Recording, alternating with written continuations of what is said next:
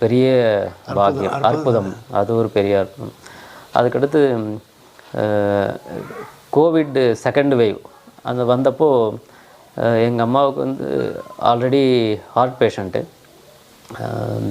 Stunt வச்சுருக்காங்க.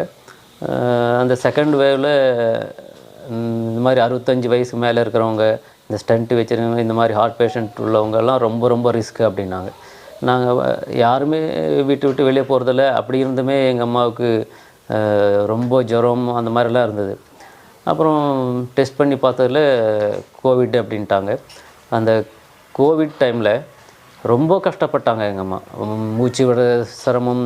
ஆனால் ஒரு இயர் மாதிரி அப்போலாம் கவர்மெண்ட் எந்த ஹாஸ்பிட்டல்லையும் எடுத்துன்னு போய் சேர்க்க முடியல.